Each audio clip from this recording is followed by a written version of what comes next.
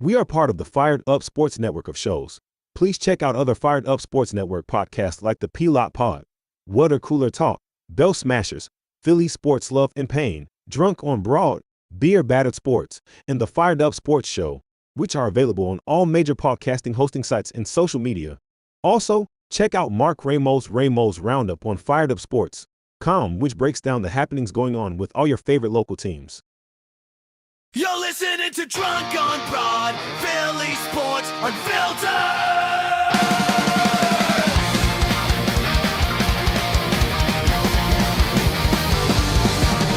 From Broad Street down to the bank, we bleed red, green, black, blue, and gray. Racial classes, game day pride, Philly's hardware, drunk on the ride. The Elliott flying high tonight, six eyes lights up, the sky's so bright. Flyers crash like thunder on the ice. Philly swinging, everything's nice. Union chanting, passion loud and raw. City of grit, we break every law. Down, drunk on broad. No, we don't sleep. City of champions, running deep. For another round, let's make it loud. Feel it forever. We're Broad Street proud.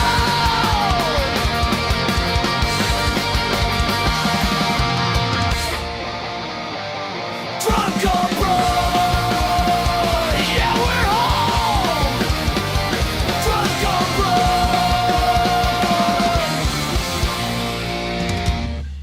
Oh, good morning, Mark. It's Sunday morning. The weather has seemed like it's turned. Mother Nature found the sweet spot, but it's we're gonna recap. We're gonna do something fun today. Like we're gonna recap, obviously the 4-game sweep with Carolina, but and it's odd to say that I feel really good coming off of a 4-game sweep, but I feel like there's a lot of things, even though they lost, a lot of things to like coming out of that series. And then on the back half of the show, looking at guys that used to be part of this organization, and to see, because it feels like, so every morning when I'm exercising, I look at it like I'm just putting on the highlights, right? So it's the Phillies game just to watch the recap from stuff that like may have missed, but like for the most part, it's like, all right, what playoff game happened last night, right? So it's, hockey, basketball, whatever. I'm just trying to like see, and it feels like in both sports, all I'm seeing is it seems like the playoffs are littered with guys that used to be part of this organization. So this Carolina series, 2 of the games go to overtime. A lot of, I think in the back half in games 2, 3, and 4, a lot of offensive opportunities, just not able to capitalize on those scoring opportunities. And you saw a team in Carolina that just played at a completely different level. And we saw a level up from the regular season to that 6-game series with Pittsburgh. But this was a whole nother level. And now, right, the other series, because the Carolina Flyers series started on May 2nd, and then, correct me if I'm wrong, they put it out last night. The series, the Eastern Conference Finals is not going to start until Thursday? Yeah, I think so. Because now there's, I believe, right, there's a Game 7 with Buffalo 7. and Montreal. So Yeah, that was Wednesday. Yeah. So you're talking about a Hurricanes team that's going to have it in a playoff offseason, having like an enormous amount of time to get guys healthy. Yeah. Talk to me about what you saw in this series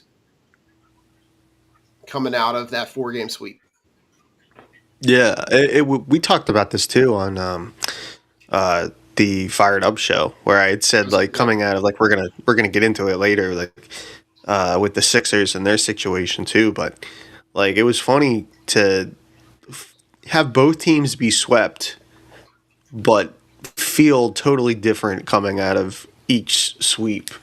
Yeah. Like people, like when you look at the Flyers, like it's like people are very. There's like this sense of optimism. There's all these young players. There's this, it feels like it's just the beginning. And whereas like on the opposite end of the spectrum, it feels like people are the organization's treading water for the Sixers. But yeah, like this series, like you said, it was a level. It was a level above, right? Like you play Pittsburgh in round one, and Pittsburgh was very similar, I guess, in the sense that you're really not.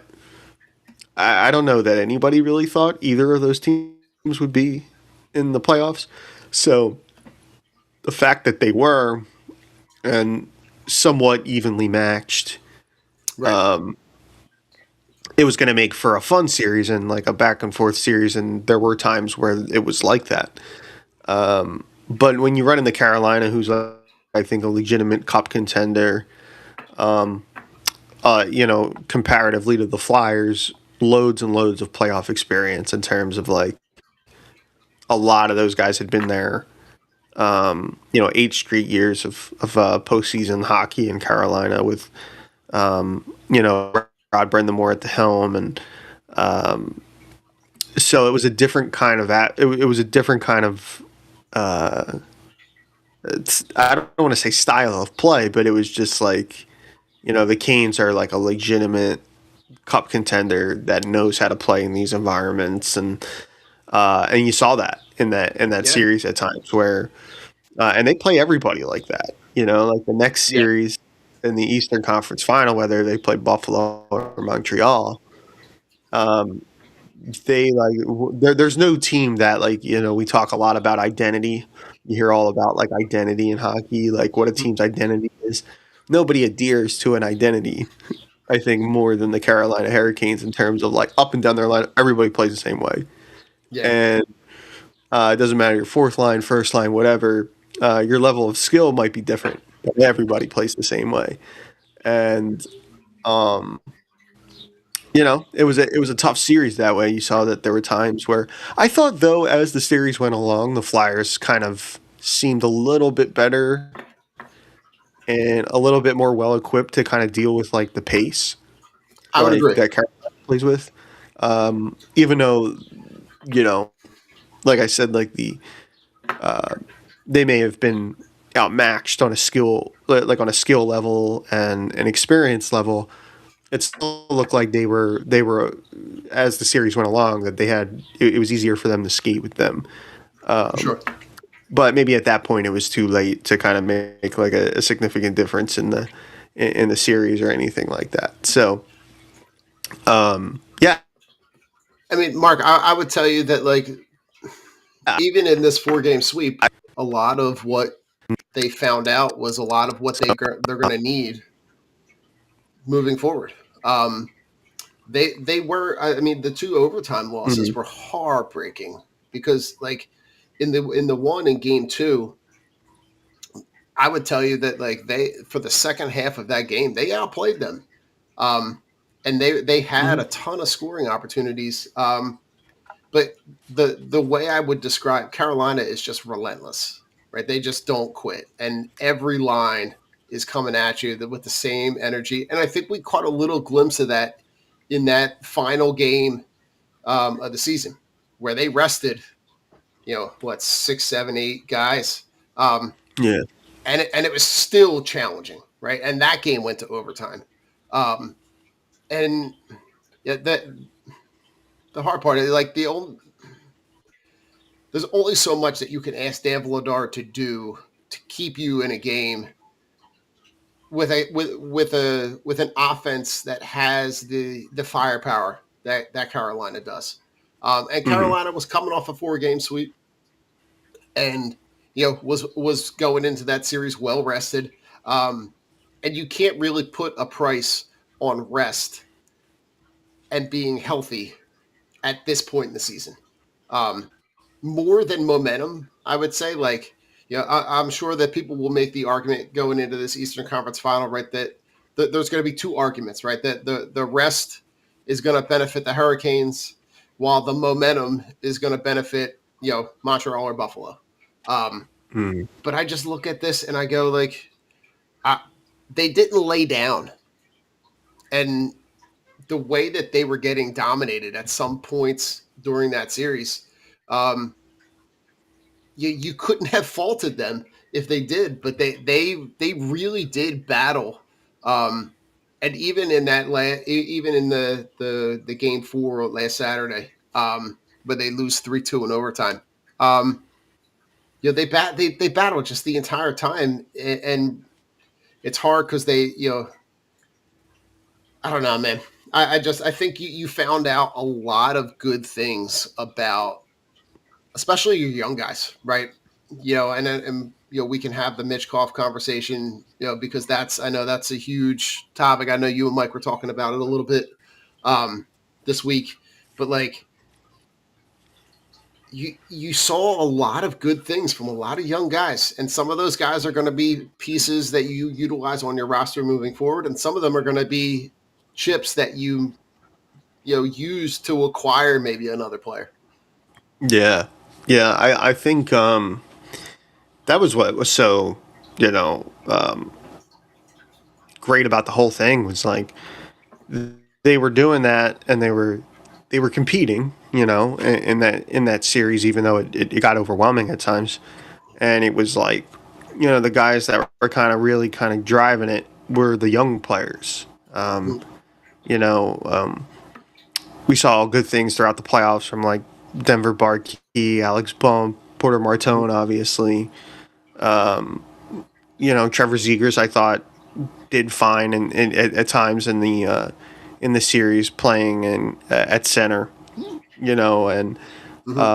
he's still only 24, years old, and so there it was an opportunity to kind of like look at everybody and as a group feel good about how guys played in general, Mhm. like knowing what you knew, especially like when the laundry list of injuries come out after, and you understand better what guys are dealing with. We always hear, Yeah, and we got to touch that at some point, because yeah, that graphic that was out there about all the things that these guys were playing with, yeah, was just astounding.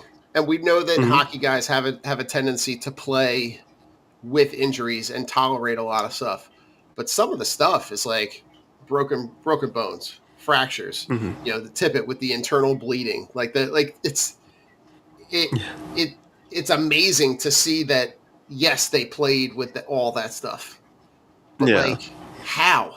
Like most of us, we would right, be in an infirmary somewhere, with pain meds shot up. But like, I have a lot of admiration for those guys, because they played through a lot of stuff and they did play really, really well going down the stretch. yeah, yeah, they did, and they deserve a lot of credit for that. I mean, it's amazing across the league. Like you always hear, oh, everybody's banged up this time of year, but it's like usually way more than being banged up. Like guys are like seriously Right. injured Right. and they're like still like playing. So yeah, I mean, like it was just I think just this year was a success. I For think sure. just how any way you want to cut it, I think you would consider this year a success. Following it up to go into the summertime here, how that's going to look. Um, and I'm sure we'll talk about that plenty over the next few weeks and stuff For about sure. draft and how they're going to approach trades, free agency, what have you. So, I'm also working on a piece about that right now for the website for Fired Up. Nice. That'll Yeah, be I out there mean, too.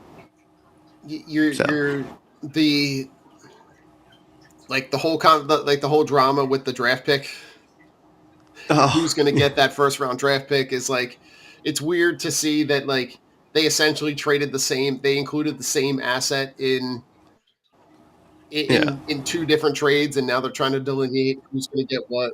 Weird. yeah, Um, the I and that's to me like that Toronto pick is huge because of the conversation with Austin Matthews and the potential to maybe if Toronto is in a rebuild and given them the opportunity to take that pick back as an asset to maybe have 2 consecutive years where you have top 5 picks as a way to acquire a guy that essentially you could build is a really established top end elite talent. That's going to be a huge asset for them and figuring out when they're able to utilize that asset um, is crazy. And you're also talking about the draft is not that far away. Right. Um, Yeah, it's crazy because it's like the whole trade protection thing on like draft picks. That's like a mhm, relatively new concept in the NHL. Whereas like in the NBA, they've been doing it forever. Like it's usually when teams trade first rounders, they're throwing protections on the picks, and then like there's like kind of like an established baseline for how they kind of right. do those things. But in the NHL, it's like I guess that's more like I guess it's more likely to happen that a team because like they're still like kind of figuring out how do you do this if I don't know how it gets that far that like it didn't get flagged before that, but You got to um imagine, Mark, at NHL headquarters, there's like a big board, yeah. right? That like, okay, Toronto doesn't have this pick. This pick now belongs to this. And the other controversy is like and correct me if I'm wrong, but the Flyers deal happened ahead of it's Boston, correct? Yes. Yeah. The Flyers deal happened ahead of that, which is why there's like who gets the pick. It's so odd. Right. Um, Yeah. That's what I mean. Like when they made the trade with Boston and that pick was involved, like nobody at the league office that pushed trades through like was like, oh, that we got to hold on. flag that pick's not you can't make that deal. Like, but that's not ended up happening. They're just like, all right, cool. And then Yeah, now two someone teams feel signed like they off on it, have now they have two teams who have like they feel they have a claim to that pick or whatever. right? So it's a weird thing, but yeah, it is another asset though for the Flyers to kind of consider. Toronto is going to be fascinating. I think this summer, complete new front office there, and in in Toronto. So I don't know what direction they're gonna take this in. Yeah. The Austin Matthews thing is a big piece of it. Like if he Mhm. wants to come back or not. Like he has I think full control over that situation. So like if they're cool with like if he's cool with like I think too like if you're him it's like and if you're Toronto if you're the Maple Leafs it's like they're probably going to take McKenna with the first pick, and it's like, hey, like you're going to get to play with Gavin McKenna next year. Like, just hang Right. it. Just, I know it was rough this year, but like we do, like you're going to get a chance to, you're going to get flanked with a really great young player here. Like, Right. so, but I don't know. That's going to be a really interesting thing to keep an eye on this summer For with sure. Toronto. Yeah, I got to imagine that like if I'm him, right? How many more years do I want to hang out in Toronto and wait Yeah. for that to happen when when he's seen, right? Like he's seen some of his other former teammates leave and go be part of other organizations and have really good success. Hmm. Um so the one thing I want to touch on before we jump into like everybody else that used to play for the Flyers. That moment in that handshake line between Talkin and Brindamore and how cool that exchange was because Yeah. we've had discussions in the last show leading into that Carolina series about how much Rod Brindamore is a part of that Carolina organization, almost maybe a little bit more than the Flyers. And that like essentially that mic'd up moment where they're in that handshake line and he like kind of like makes Talkit pause for half a second and says like, listen to this. Like you did this. That was a really cool moment. Yeah, it was. It was. Rod has always been like super. It's cool. Like even though like for all those reasons, like we talked about like about kind of really being a part of that like fabric there in Carolina. He's always had like such fond memories and speaks so like great of his time here. Mm-hmm. That which is awesome because he hasn't been here for, he hasn't been involved with the Flyers organization in a long time, and Yeah. but he talks about it so fondly about his time here and stuff like that. Yeah. And I thought that was cool. I thought it was cool, like him and Porter Martone embracing like two Michigan State guys. Yeah. Yeah. Ah, that was cool. Yeah. Yeah, I'm sure. Brindy having been a part of that Michigan State group there. I'm sure like he through other people and all. I'm sure he heard about Porter, and to see them kind of like embrace as like two guys that Mm-hmm. played at the same college and then are now guys that are both part of the Flyers organization and or in Rod's case at one time was Right. that was pretty cool too. I just even though they swept the Flyers, it's just like I just uh, you know like I would love for to see that team get over the hump, the Canes, for him, for Brindamore, Yeah, for who sure. I think has had a lot of, it's like I want to dislike it because like they beat our group, but like I just like I just like Brindy too much. You know what I Yeah. mean? You Like know what? to not want And I to feel root like for him. the trajectory is kind of like trying to mimic what they're doing. Um, Yeah, and to see them have some success. I know that Florida has, the Panthers have been a huge barrier for them for it seems like the entire time that they've been trying to kind of push this over the edge. And whoever they match up with, whether it's Buffalo or Montreal, that's going to be a huge series for both of them. Because Buffalo, right, has been kind of down in the dumps for a decent period of time, and trying to they're going to go back to Buffalo for Game 7 on Monday. Um, hmm I think I'm liking the direction, and it's good that hockey is relevant again.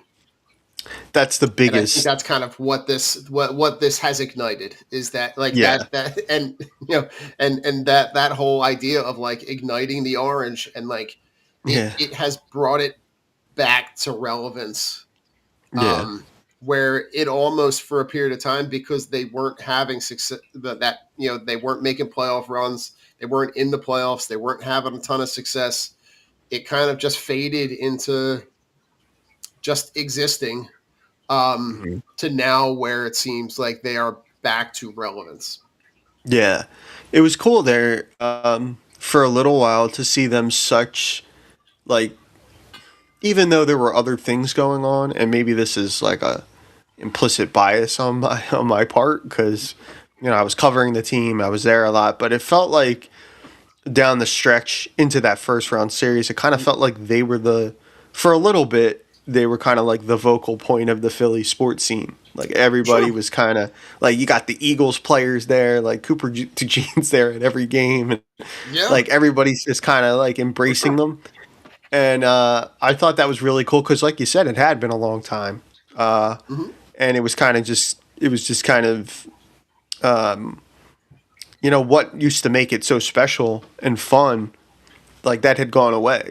And Right. but a first round playoff series against a rival, and to beat them like they did, they jump out to the 3-0 lead early in that series and stuff. Yeah. I think really kind of like yeah, to coin a phrase, right? It did ignite Yeah. the city again to kind of be passionate about this franchise again, and I think coming in the next year they'll have a little bit more of a they'll be on people's radar at the beginning of For next sure. year in the city, just fans and stuff in general, maybe fans that are would support it, but the Flyers are maybe like a revolving 3 or 4 out of their, Yeah, four for four fandom or whatever. yeah. So I think with everything that's going on with the team that they share the building with, I think there's an opportunity there to kind of have to capitalize on that resurgence. yeah, yeah, So, um, all right, Mark. Around the league, again, I said at the top, I yeah, feel like every time I'm watching some highlights of something, I see guys that were part of this, and most of the guys it made sense at the time to move on, but it's just like how many times can I see something that happens that is another former Flyer? And for me, Mark, I'm going to start with the weirdest scenario, which is the fact that John Tortorella and Carter Hart are leading the Vegas Golden Knights into the Western Conference Finals. yeah, yeah. God, what a bizarro world that has been. Especially with Torts, and he was basically brought in. Like, there's no. They said when he got the job in Vegas that there's no guarantee that he's even like there's no plan yet, like, to come back next year. Like, they specifically got him to come in to coach the team for the postseason. For the playoffs. Like, and it's like Because he got hired, what, with like 3 games left in the season, there something was like like that? a few games left in the regular season. It was basically like that was going to be that window, as short as it was going to be like almost like a mini preseason for him to get Yeah. like acclimated and get to know everybody, and then Mm-hmm.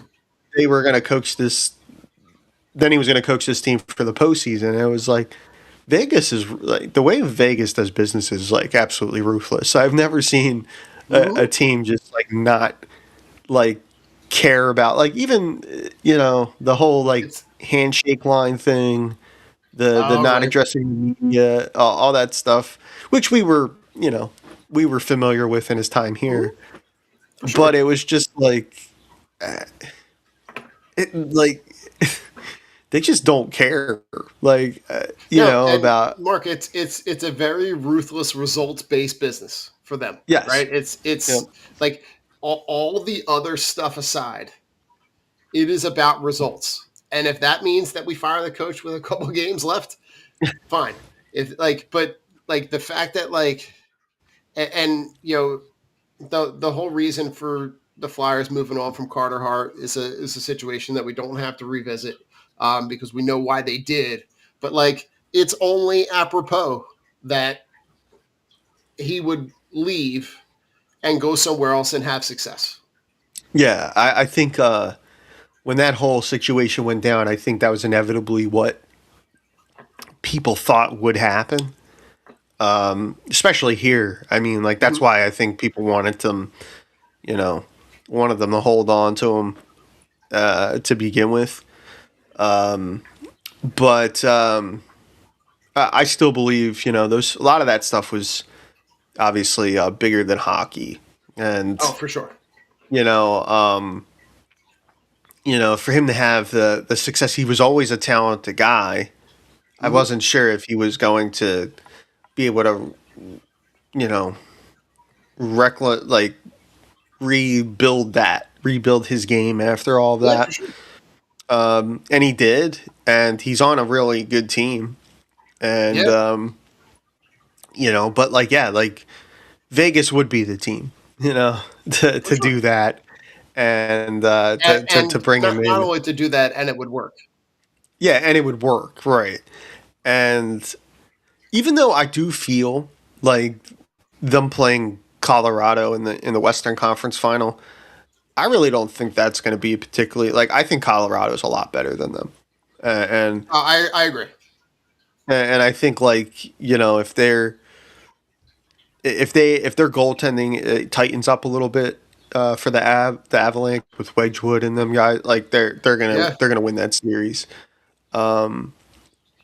So, but yeah, like I mean, like it's such a weird like. If you would have told me that like a year and a half, 2 years ago, that Yeah, would have played out that way, and Tortorella and Hart would have ended up in Vegas, and so I would have been like, right. what? Like what? It would have been Like all right. Well, what's the weird, elaborate coach goalie trade that was made? Right, yeah, like yeah. Like um, how do we get there? But you know, and then to think about how we got there is like a yeah, whole nother conversation. Um, the goalie in Buffalo, Alex Lyon, another guy yeah, who was part of this organization. Um, didn't necessarily because Carter Hart was here at the time, didn't necessarily have the opportunity.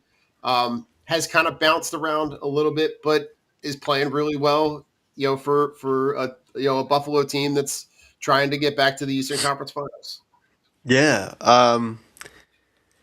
He's had a crazy career, man. I've only ever heard too that how good of a guy Alex Lyon was, of people who like Oh, had for sure. covered Like him. when he was with the Phantoms.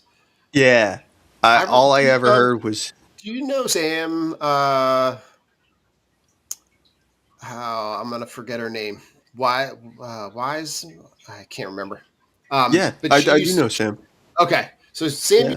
I think Sam, I remember covering some of the Phantom stuff and Hmm. having a bunch of stories with Alex. So, Yeah. She's awesome for like minor league hockey, for sure. ECHL, AHL stuff. She has a lot of she does a lot of great work. Shout out Sam if you're Yeah. listening. But yeah, yeah, she always loved Alex, and I always heard that he was like such a like good guy, and like a real hilarious guy, would just like bust you up too. He was like a funny guy Nice. to be around, and you know, so yeah, like you said, kind of like a numbers game guy. I like a numbers game kind of thing. You never really know too. Like he had a lot of previous stops. I think like Carolina. He was in Carolina at one point. He was in Florida at one point. And was he in Detroit? He might have been with the Wings at some point. I Yep. know he bounced Yeah, it around. was. But yeah, like ends up in a situation in Boston where he's like, you know, gets a chance to play, and or not Boston, Buffalo. Buffalo. Yep. Yep, with the Sabres, and Mhm. you know, and that was like a kind of messy crease situation too. Like in Buffalo, like they have a couple guys that I think they were,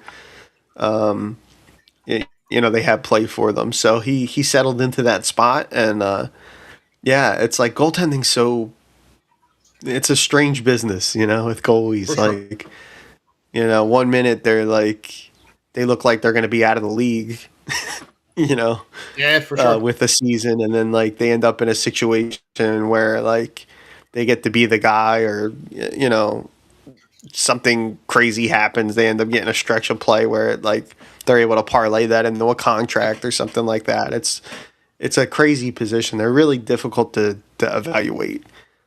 Yeah. And talk about another city that is good for having hockey back, right? Because Buffalo's a great sports town. We saw them early on in the playoff run bring in some of the Bills and Josh Allen for all their pregame Yeah. stuff. Um, they had their Saber beer, the Saber Oh beer yeah. vessel, which was great. Um, Yep. I did chat GBT some stuff for the Flyers, and it came up with like a mug, like a hockey glove mug Mm, for the bullies, which I was like, okay. all right, I got to workshop that a little bit, but it was it but Buffalo's a really good sports town, and for them to Oh yeah. have that team back and relevant and playing, um, I think Mark, one of the sorest subjects was seeing Cutter Gauthier with Anaheim. Um, Mm, and as I'm watching, right, and they lose the series with Vegas. But man, Mark, seeing him with the puck, it's hard not to feel like you you had the opportunity to have that really elite game changing talent, and what that would have been like. And I know having him would have affected other moves that have been made post that trade. And does that eliminate? You can't just say like take the roster static as it is and swap him out with Drysdale, but like I look at this kid and I'm like, I feel like I'm going to be watching a kid that's going to just be massively productive during his career. Oh man, yeah. That that Not to bring it down a little bit. no, yeah. I mean, it's true though. I mean, he was playing his ass off in this playoff. Great year for Yeah. Cutter. He was another one. I don't know if you saw. He was playing with a nasty he had like a L1 L2 like cracked vertebrae or Yeah, something. it was like a fracture or crack. Yeah, Yeah.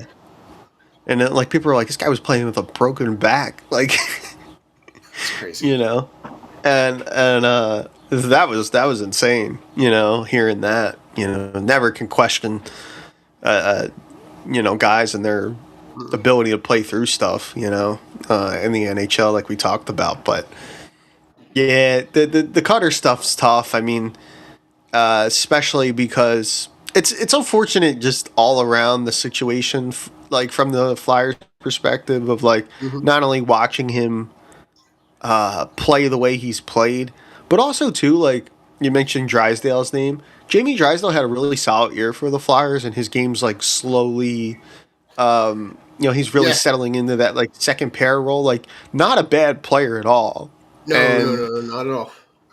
And it wasn't like it's just like it's a lot, when you watch a guy who's scoring like he's scoring, it's a lot more of a not only would that help the team more, but it would also like, it's a lot sexier to watch. Like it's a lot more Yeah. aesthetically pleasing than watching a guy, Mm-hmm. play one-on-one defense on a guy, Yeah. so it's just how it is. And so that one hurts. I mean, like to see him like become like a franchise guy, like for Right. the Ducks, and they have some real bona fide scoring threats, like between him, Leo Carlson. They got some talent there. Like they got some serious like offensive talent. They're going to be fine going forward, I think. Yeah. But Yeah, Mark. that Listen, was it's tough. in an ideal world, um, you know, 3 to 5 years down the road, is Yeah. there a Flyers Ducks Stanley Cup Finals where we can just have an entire arena, with a 3.5 hours of FU Cutter for for a 7-game series, man? That like it's just that one's gonna sting. I can feel it already. And I don't know.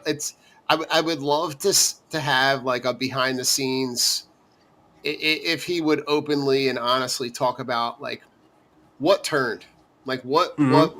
what were the things that happened that caused him to go so sour on the Flyers so quickly. And I know there's conversations with Torts and his what he perceived as his his vision of what the Flyers' vision was for the team moving forward. That what Yeah. I would be fascinated by. Yeah, that's kind of what's so.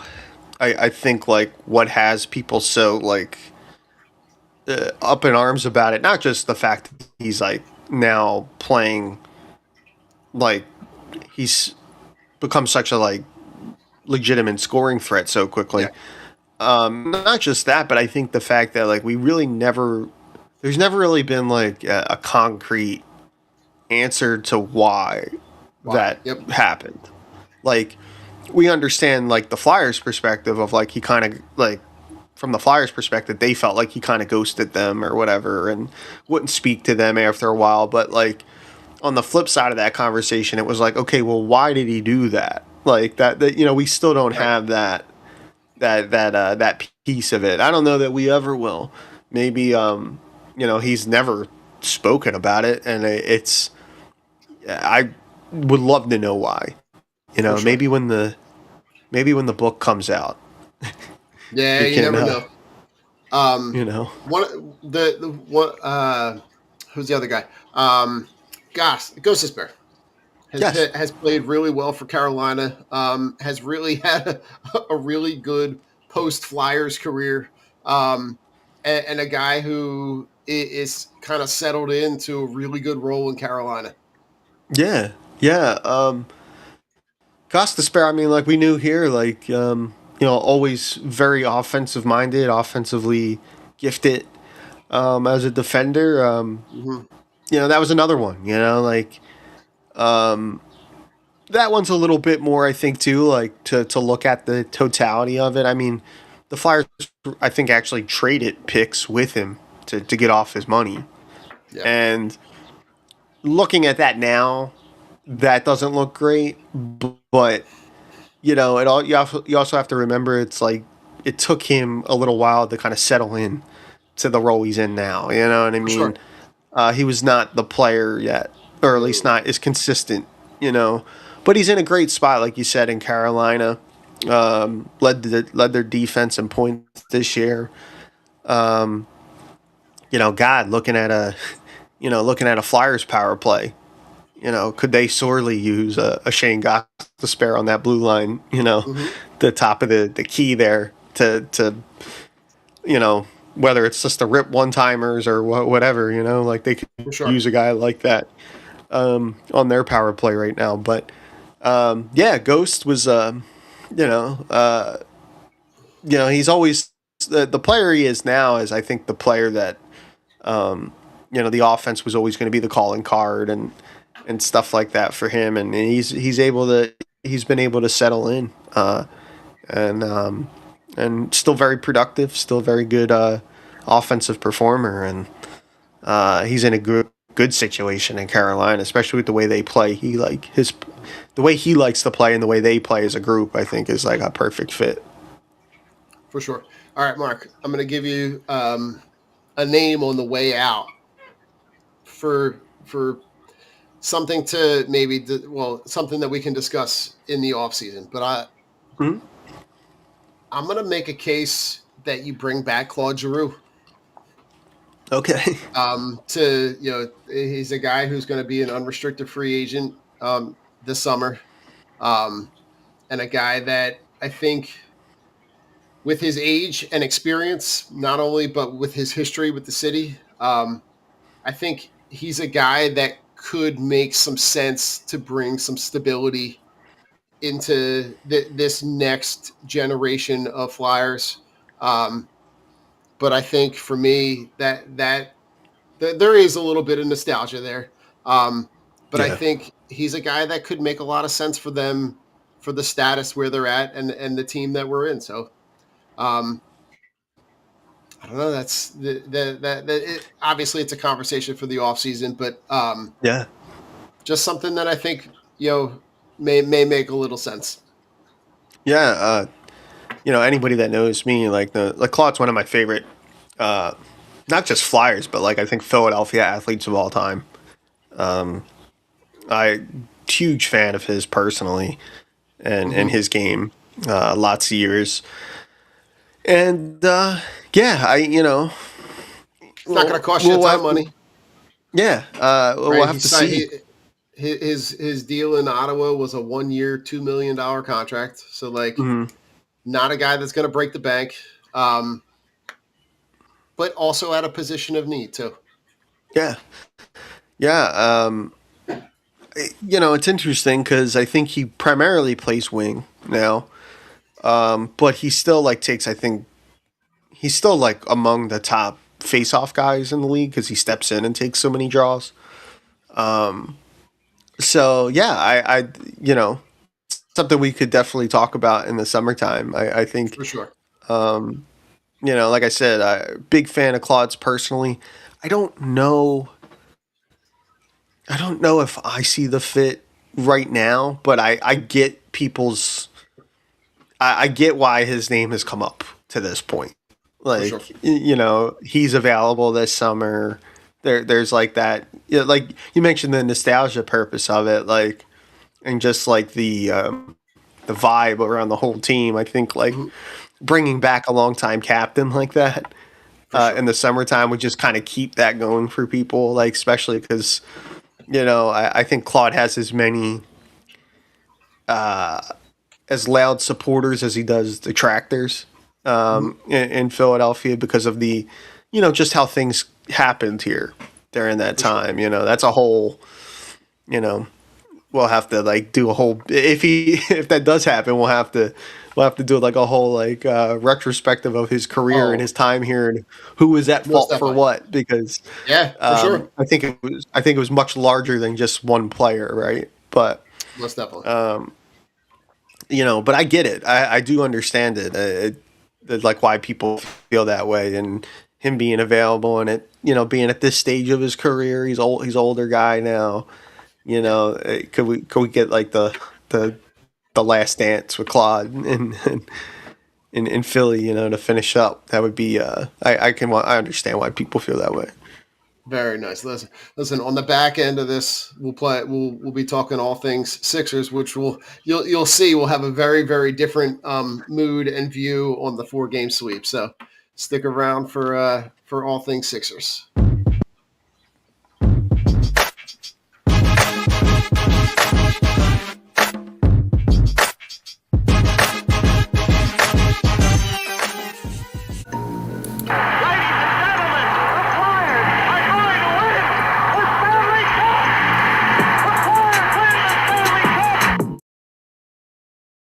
We are part of the Fired Up Sports Network of shows.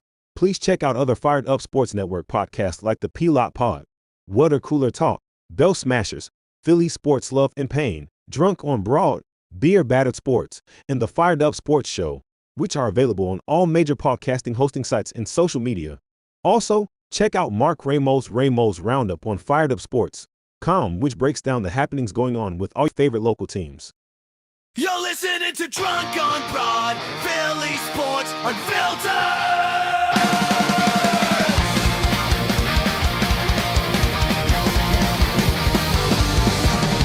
From Broad Street down to the bank, we bleed red, green, black, blue, and gray. Racial classes, game day pride. Philly's hardware, drunk on the ride. The Elliott flying high tonight. Sixers lights up, the sky's so bright. Flyers crash like thunder on the ice. Philly swinging, everything's nice. Union chanting, passion loud and raw. City of grit, we break every law. Down, drunk on broad. No, we don't sleep. City of champions, running deep. For another round, let's make it loud. Feel it forever. We're Broad Street proud.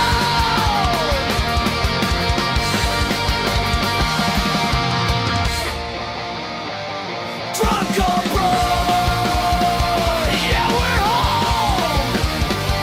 Drunk on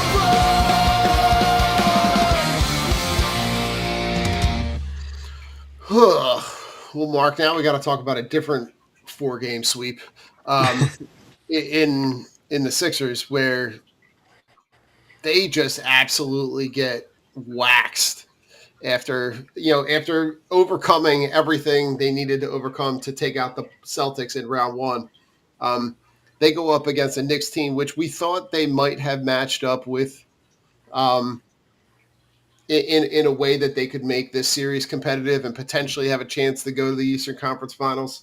And it was just ugly from all perspectives. You have 2 games, game 1 and game 4, that they absolutely just get blown out to the point where the Knicks are playing the back end of their bench for most of the fourth quarter in those games. And the one in game 4 where they absolutely just get embarrassed in a game that was a game that potentially, to save the season, to get beat 144-114 in an elimination game at home on Mother's Day was just, well, the only word is just embarrassing. And this is what we feared when we had the conversation on the last show. the Knicks takeover, um, it's becoming a pretty regular occurrence. The proximity, it's cheaper for them to get on a train, buy the ticket, than it is for them to go watch the Knicks at MSG. Um, and there are enough transplants that are in that Scranton-ish area, that Philly adjacent area, that Hmm. are New Yorkers that live and work in New York, but are closer here. It those two games kind of almost felt like Knicks home games, which was as a a city that is used to taking over stadiums, especially we see a lot with the Eagles. Um, to see that happening now, and it's trend, and it's a it's more of a regular trend in these last couple years, especially with this is the second time that they've played the Knicks in the playoffs, and the second year in a row that this kind of takeover has happened. I don't know what else to say. It was just embarrassing. Yeah, that's a good way to put it. Um, yeah, the takeover thing really bugs me. Like you know, I all Yeah, those things are legitimate, right? Like the all the things you laid out. Yeah, the logistics of getting here, the cost, all that stuff. I get it. It would be less so, I think, if the Sixers were just simply just more friggin' competitive. like, you know, yes, that's yes, uh, 100%. you, like that's usually what you're met with, right? Like when Yeah, you say that, like, oh, like I had talked to some people, like some family and friends that are big Sixer fans, and they're like, well, it just makes it's just easier. It's like, yeah, but still, it's a playoff game for like in our building, like yeah, and if our this team was like worth investing that kind of time and energy in, people yeah. would. The the games that they were blown out in were just like I've never seen. Um, I understand this is probably going to sound like an exaggeration, but I have not seen a lack of like awareness on like the defensive end of the floor, like just closing out and getting a Correct. hand in someone's face. Yeah, I don't know how many open corner threes, or it was unbelievable. Like Hmm. in terms of like guys being that miffed by you know Yeah, like swing, and it was like and here's an open guy in the corner like Deuce McBride or whoever it was, right. and it was like, how are these guys getting this open, and how are every time down the floor are we like this like confused by like they're not doing anything super scientific out there. It's not like No, you know no, they had a put uh, they the Knicks had a pretty clear strategy, right? Like they were yeah. just gonna they were going to outwork you. And I think I saw that a little bit in some of those like in game like coming in and out of quarter halftime clips where they're talking about playing with urgency and trying to win every possession and treating the game like it's a tie game, and that kind of mentality is what you know puts you in a game where you're losing by 30.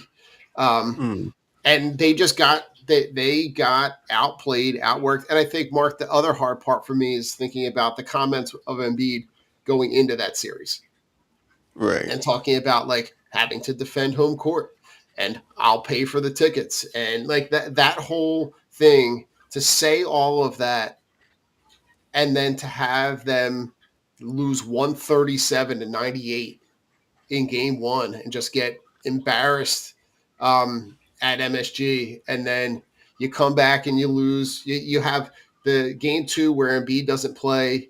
And it's actually a significantly more competitive game where they only lose by 6. But now you're coming home and you're trying to defend home court, and then you lose by 14 again. Like it just the whole reason why that game four became a takeover is because exactly what you're saying. They gave everybody no reason to say, Yeah. why am I giving up Mother's Day to go down and watch that? Yeah.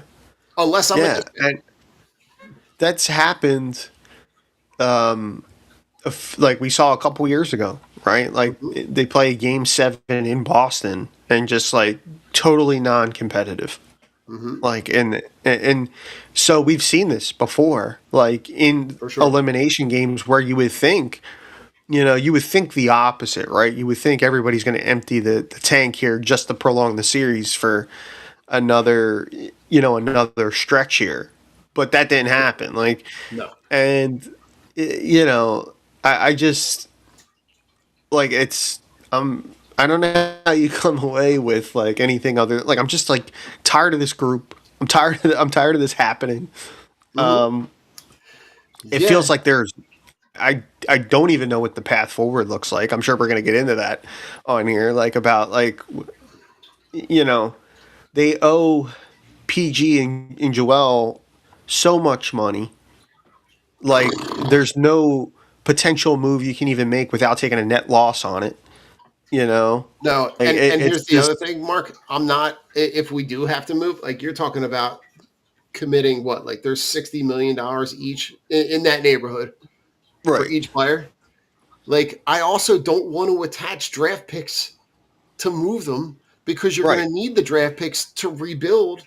So it's like you have to. You're going to have to. And this is kind of where we can get into like obviously the corresponding move was relieving Daryl Morey of his duties. yes, Um, and you've now got Bob Myers who was responsible for that whole Warriors organizing the front office in that Warriors run to temporarily take over until they find the next person to take over. But when you look at some of the things that that they've done, um, like yes, he has drafted well, but like when you look at some of the things that they've done, right? They gave a huge contract to Maxi, which is coming up. They failed to ever put a really good group around Embiid. They never provided them with a great bench. They were always really shallow. And this is something we'll get into in the back half when we talk about former. And this is when we get into that section. I want to focus more on like the player development part of the hmm Sixers organization because um, yeah, you trade Jared McCain and you get nothing back. You overpay Paul George when you really had to because you didn't really have another option. Um, like the whole James Harden stuff, um, the Tobias Harris contract. yeah, And my favorite story is going to be one with the guy on the Spurs and the former Sixer who they released so that Mac McClung could participate in the dunk contest. Who's a guy who's now oh man, starting for the Spurs, but we'll get into all that. yeah, You waived Isaiah Joe for almost the same reason, um, or a hmm similar reason. Like he's done so much to set this organization back, and to the point, Mark, where I don't know what the path is out. They're yeah, so far in fourth place in relevance in terms of this city, um, yeah, because I just don't see a way that they are not exactly where they started at the beginning of this process. Six, right, seven, eight, ninth in the East, making the playoffs, not in the lottery. Like yeah, I just yeah. And Maxi's game has leveled up to a degree where like mhm, maybe you can win a round, and so you're not like just like first round cannon fodder, you know. right.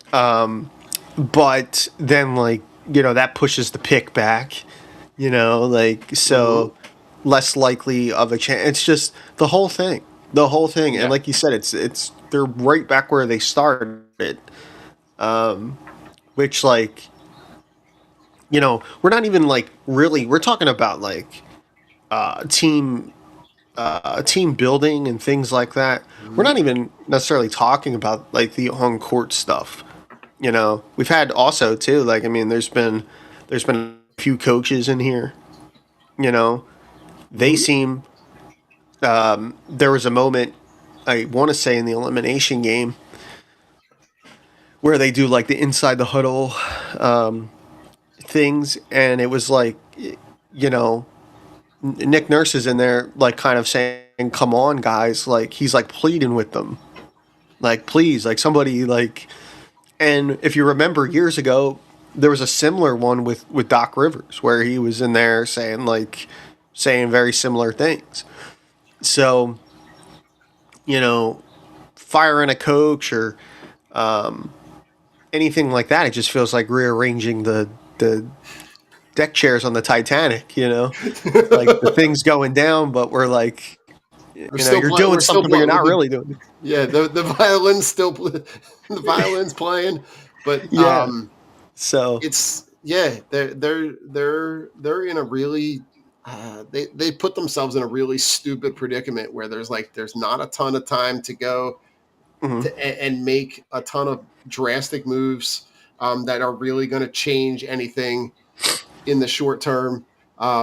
I know there's been some conversation on the radio, internet about is this the time to potentially trade Max?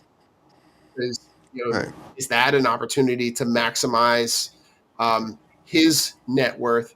Because by the time this thing turns around, his biggest asset is his quickness, and with an NBA player, that'll be the first thing to go. So Right. is he going to be 28, 29, 30 by the time this team has a chance to be in a different conversation? Yeah. But like the draft picks are so hit and miss that like it depends on who they bring in, because I don't trust whoever has been making the decisions because of the conversation we'll get into, which is all of these player development guys that have moved on, that have had such a tremendous success in their roles, and this team couldn't ever find roles for them, but yet they go to Yeah. other organizations and they've flourished. Yeah. That's one of the really sad things about the whole thing. You know, Mhm. is like, we have situations where we can't find minutes for guys. And then they go to other places, even some places where the organization is in a far better position. Or as an organization, one through however many, they're way deeper than the Sixers. And these teams are still finding minutes for these guys. And the Sixers couldn't find those guys minutes. And it was like, that is people will say coaching, and I do agree with that to some degree. But like, this has happened for so long now that it has to do with, you have to look higher up. Like, it's a whole philosophy. Like, they need a whole philosophy shift in terms of how not only For like sure. player evaluation, but how they deploy those players when they have them. One of the worst case scenarios I think they could have ever done, whether like, and we talk about this, right? We've talked about this with the Flyers and their situation and their rebuild and things like that. It's a conversation that has to happen often, but it's like, provided you don't draft the generational guy, the Wemby guy, or whoever, you have to you have to foster an environment where, like, even if you're losing, that losing isn't okay. There it is. Otherwise, it starts to reek. It starts to get it rots over time, For and sure. guys are, they don't see it that way. I mean, we've had, the whole thing's incredibly frustrating. I feel, and this is a basketball town. We talk about, like, Yeah. you know what I Just mean. I grew up earlier. playing. I went to basketball camps at all tons of Big Five schools, Penn, St. Joe. I did all that stuff growing up. College basketball was a huge part. My grandfather was a huge basketball guy. took us to, all the Big Five games, Palestra, Sixers games, all that stuff. When this is good, people really love it because Oh, we for have sure. that, you know what I mean? But it hasn't been good in such a long time. Certainly not in my life. I've seen the Sixers go to one Eastern Conference final and one finals in my entire life. Yep. Most of the time, they were missing the playoffs or just making the playoffs and just getting just wrecked by like a true contender in the first round. It's just it's sad. It's sad. And Yeah. people being, upset with management or, reading or seeing like fans getting, you know, told to leave for chanting, for the guy to yelling at the guy to sell the team. It's like, Yeah. if you don't understand why people feel that way, that's a far bigger problem than anything you're putting on the floor. For sure. Yeah, you're right. Yeah, because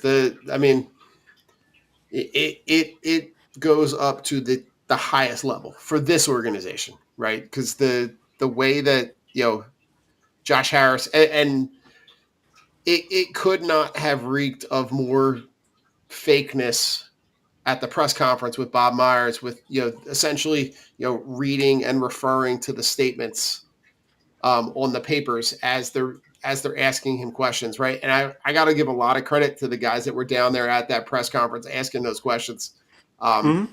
They really did a great job at holding them accountable as much as possible in Yeah. that environment. But like, I know the main guy that everybody wants to talk about with the guys that have flourished after they've left, right? Because it's the most recent one. But like the trade to move off of Jared McCain, and not being able to find him minutes, and he goes to an Oklahoma City team that is littered with talent Mm-hmm. and is flourishing, right? It is currently has the highest 3-point percentage for anybody in postseason history at Mm-hmm. 54%. He has just played, um, like he's scoring, 13 points, 18 points, 12 points, like just a guy that has done anything and everything, right? And to figure out they figured out a way to allow him to contribute, and he's playing meaningful minutes in the Yeah. back end of the fourth quarter, down the stretch, playing alongside SGA, playing alongside all their like Chet Holmgren and Lou Dort and those guys that like had established a rotation, and he just kind of moved in, Mm-hmm. and they were able to figure out a role. And and you got Joel Embiid talking about they have no idea why they made that trade, and the fact that they got nothing back. Yeah. Yeah. Uh, we can go through this. It's incredible, but you can go through this exercise with like a number of like eras of like Sixers basketball in recent years, like where Ooh, I don't know how many guys, right, who were victims of the process era teams went on to have I have a really good list for you. careers.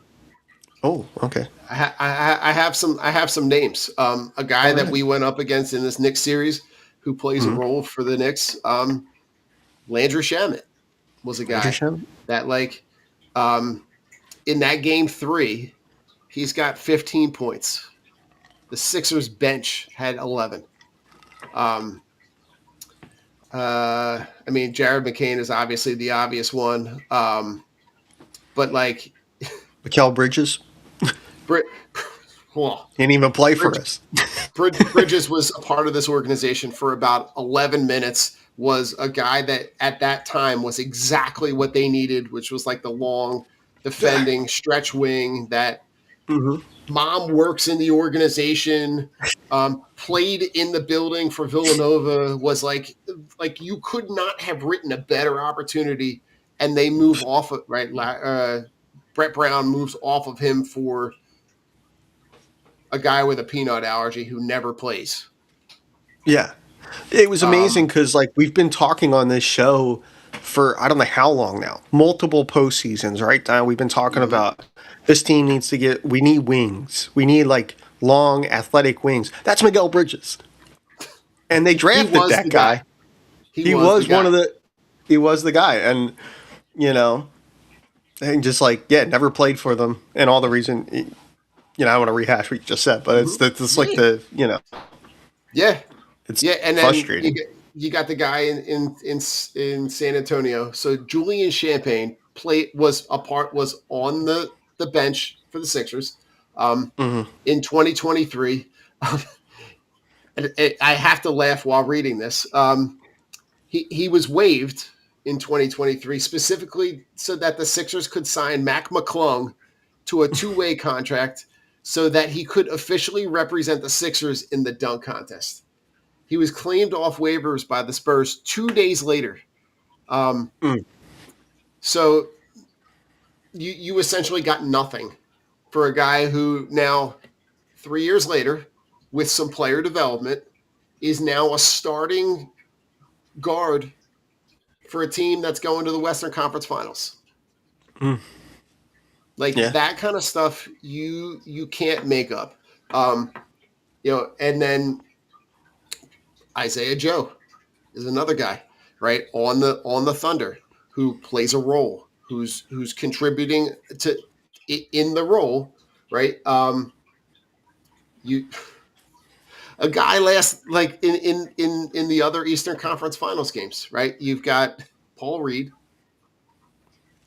who is another guy that they had that mm. didn't get developed, that they moved on. That like the contract is what it is, right? He was going to get Right. more money somewhere else.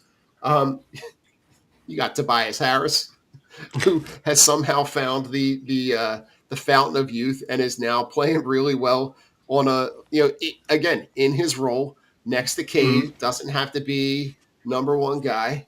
Um, I mean, Mark, I'm just going to read this tweet. Imagine a bench of Julian Champagne, Isaiah Joe, Jared McCain, and Paul Reed. Yeah, would have been pretty solid. I mean, you know, Not bad. um, no, and like you said, like the contract, like with Reed and all, I get that. Uh, the Sixers, like, not like I get why they didn't want to pay him that. It's we're For what we're sure. trying to get at is like it's a mentality, mindset, whatever. It's one thing if we're talking about like Paul Reed in a vacuum, but we're talking about a number of guys here, Oh, and it's a I pretty mean extensive list. I've gone on. It's like again, like I understand that at the time, like why you do that, but it's Mm-hmm. like I think back even further than that, like guys like guys that were like you move on, guys like Jeremy Grant or someone like that goes on to Yeah. have a pretty serviceable NBA career. Um, you know, uh, a young Drew Holiday played for the Sixers at once upon a time, and went on to have a really fantastic career. Mm-hmm. And it's like, and I think it's all like you're a victim of like the mentality or the thought process or the way that you think a Right. championship team is built. And it's like the picks and all that stuff's a good thing in a vacuum. But like if you're not going to do the work or put the players in positions to succeed or Mm-hmm. refine some of the abilities that need to be refined, then you never get you don't ever get the dividends back. 100%. You don't get to reap the rewards of the player development aspect, and then you end up doing what you did with a Jarrett McCain, where you move him for pennies on the dollar, and then he ends up in a situation where there's an actual structure in place, and he ends up playing well. So it's Right. like He's a guy. He's a guy who was coming off an injury, who never had like and played well for you. Like it's not like he was like a disappointment. He was a yeah, guy who had the opportunity to do well, right? And like Mark, I'm looking at this tweet from May 8th. Jared McCain in game 2, 18 points in 18 minutes. The mm, Sixers bench, the entire bench, everybody but the starting five, 15 points in 56 minutes. yeah. I mean, the Sixers bench was horrible for this entire playoff. Even even during the Boston series, like they were struggling to find guys. Like we were just hoping we didn't get caved in when the starters came out. In a series where I think Boston and how they utilized guys they were playing into that. Like for Mm-hmm. this, like that's why the Sixers got back into that series. There were some odd decisions made by Missoula and things like that. But I mean, Mm-hmm. like that bench didn't play well in the first round either. No. So, and then they got totally exposed and against the Knicks. Like the Knicks Yeah. just rolled them. So it was other than maybe other than like Grimes, Quentin Grimes was the only one that I think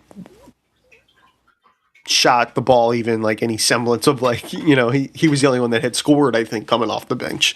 Yeah. So but Yeah. yeah. I mean, this playoffs is obviously again littered with other guys that are playing for other teams. Like I know that they were never it was never good long term, but like Harden, right? Obviously Mhm. leaves LA, but is now back in Cleveland and he's playing well. Trying to Yeah. push them over the line. Um, like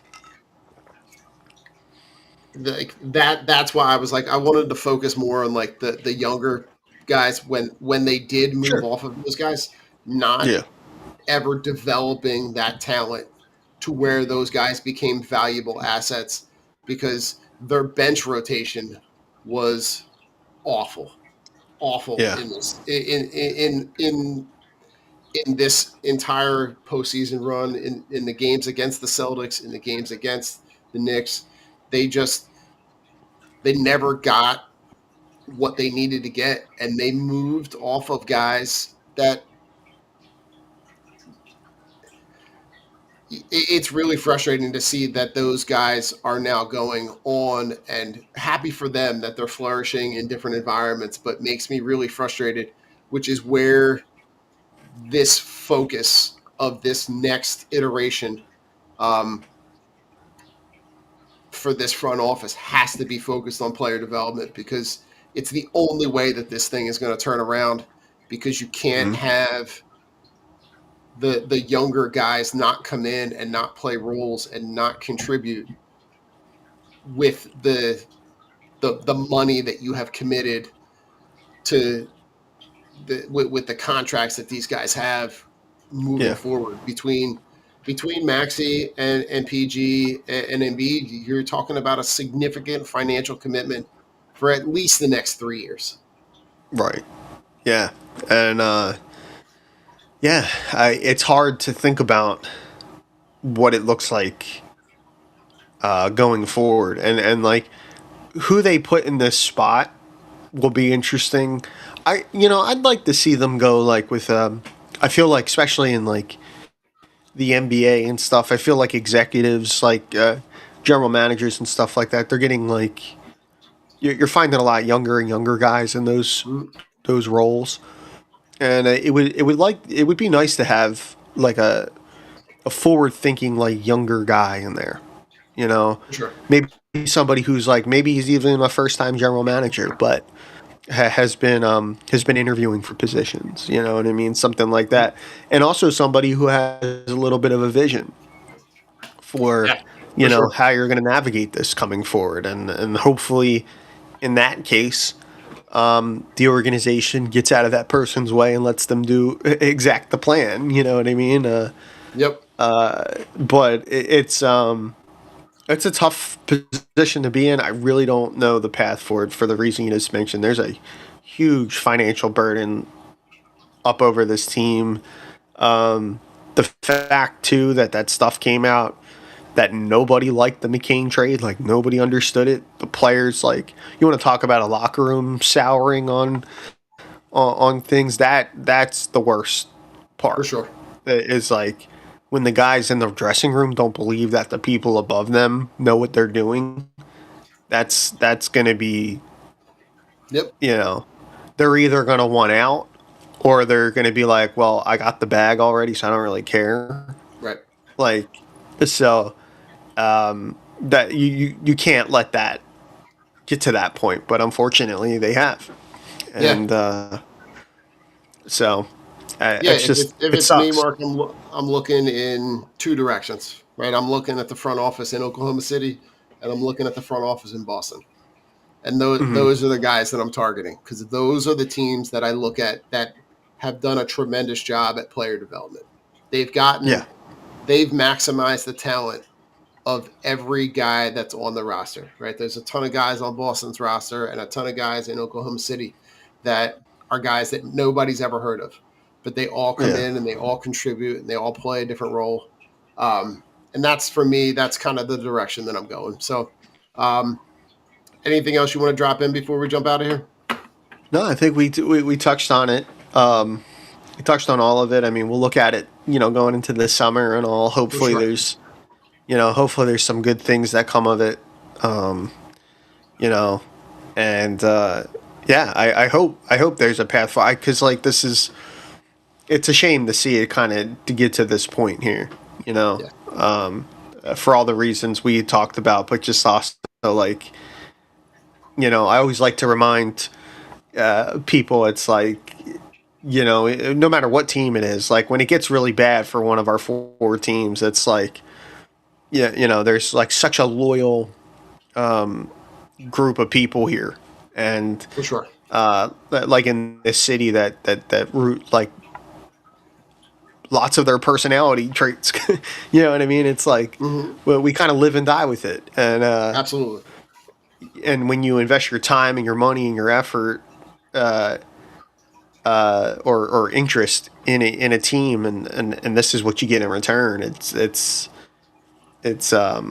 upsetting. They used up a lot of goodwill, I think, the last time through the last rebuild and the way that was Hmm. handled, and they were really really bad during that stretch. For sure. So for it to not yield anything, and for them to just end up in the same position they were when that started, Hmm.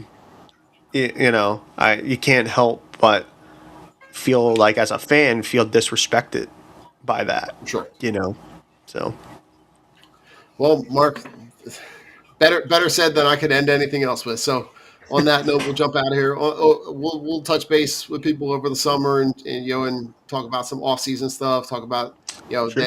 this NBA playoff series or finals as it kind of moves on through this playoffs. Um, Yes. but listen. On the way out, go Philly. We got a Go lot of Philly. cool Yeah. things happening in the city, right? Got Yeah. the golf tournament. We got the World Cup coming up in a couple weeks. We got a lot of exciting things happening in the city. So it's a good Yeah. time to be in the city, sports for sports, and go Philly. Yeah.